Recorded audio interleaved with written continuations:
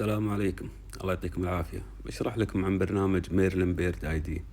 برنامج مفيد جدا حق اللي يحبون يراقبون الطيور او بيتعرفون على انواع الطيور.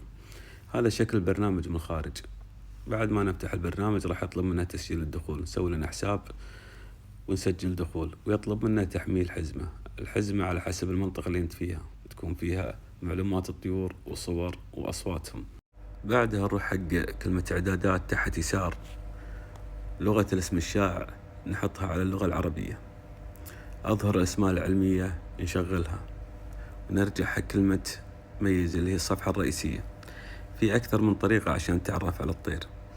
فيها الطريقة الأولى اللي تحدد الموقع أو بالخريطة. حنا شفنا طير مثلا اليوم والحين، يعني نضغط على موقعك الحالي، التاريخ نفسه وتقدر تغيره طبعا، حجم الطير اللي أنت شفته. خلنا نقول على مثلا الحجم هذا اللي هو بحجم السمنة، نضغط على استمر. اللون اللي انت شفته مثلا شنو؟ مثلا خلنا نختار البني، بعدين نضغط استمر. لك خيار انك تختار حدك 3 ألوان تقريبا. بعد ما نختار استمر، الوضع اللي شفت الطير عليه، ياكل، يسبح على الأرض، على الشجر، على السور، نختار على الأرض مثلا ونضغط استمر. بعدها راح يطلع لي كل الطيور اللي تقريبا على الوصف. أنا اللي كنت حاطه في بالي مثلا اليمامة الضاحكة هذه. بعد ما لقيناه نضغط هذا هو طائري، أو نشوف معلومات عنها. معلومات مكتوبة طبعا بالإنجليزي، وأصوات الطير ومكان تواجده وتفريخه والموضوع هذا. في تحت مكتوب هذا هو طائري، هذا موضوع ثاني لما نجي بنوثق الطير مثلا. نرجع الحين خلصنا من الخطوة الأولى. النوع الثاني اللي هو تسجل الصوت. أنا بشغل مقطع من اليوتيوب نجرب، بضغط على كلمة سجل واضغط المقطع عندي.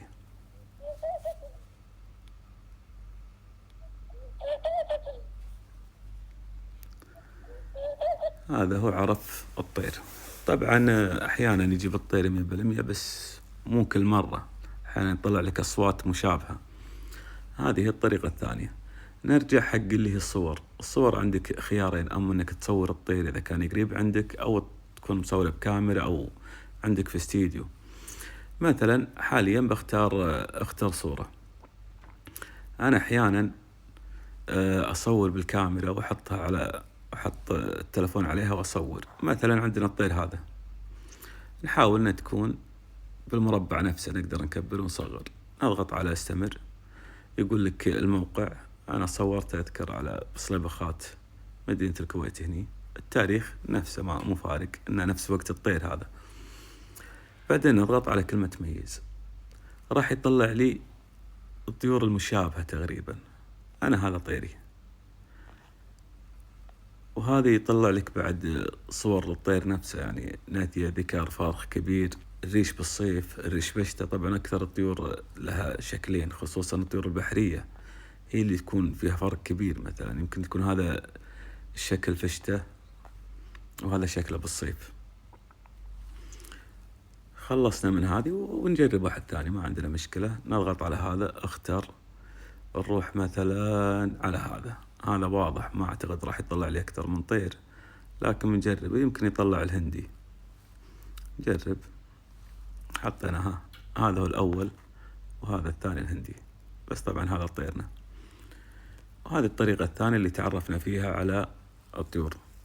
جربنا التسجيل الصوت. في طريقة ثانية، إذا كان عندك تسجيل صوت قديم مثلا، نضغط على التسجيلات الصوتية. لما نضغط عليها، هذه التسجيلات اللي أنا سجلتها كلها هني، اللي جربتها. في الخيار هني اللي هو استورد، تروح حق يحولك على الاستديو، والفيديو اللي عندك في صوت الطير تضغط عليه وراح يطلع لك نفس الطريقة. في عندنا الخيار اللي تحت هذا اللي على صورة المكبر. هذا يقول لك الطيور المتوقعة في المنطقة. طبعا في أكثر من شكل أو طريقة عشان تعرضهم. طبعا لما نختار خطوط الثلاثة فوق يسار، يقول لك طيور متوقعة وكل السنة، يعني تختار يا هذا يا هذا.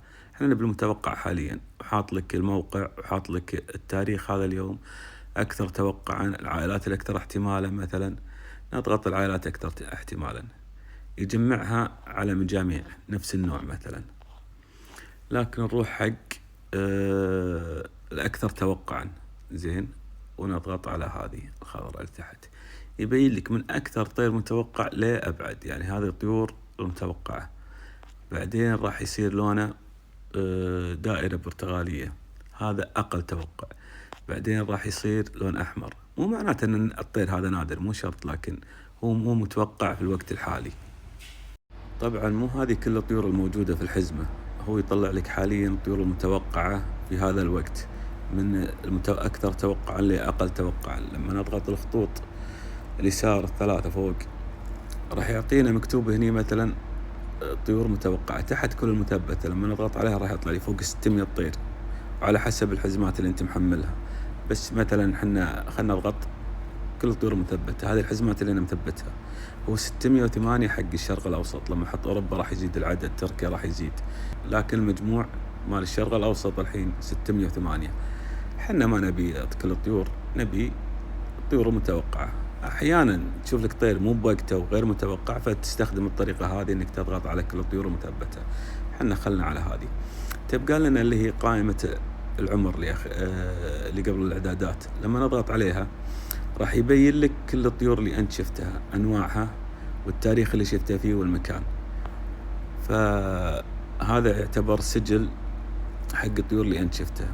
حتى لما نرجع حق خانة البحث هذه مثلا، تقدر تضغط بالاعداد هذا اخفي الطيور من قائمة العمر. يعني لما يشيل الطيور يبقى 23 طير انا ما شفتهم، او شفتهم ما سجلتهم.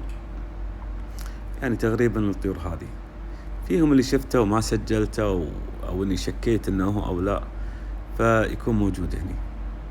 فنرجعها على الوضع الطبيعي، نفتح يطلع 133 طير متوقع في الوقت الحالي. وهذا البرنامج، والله يعطيكم العافية.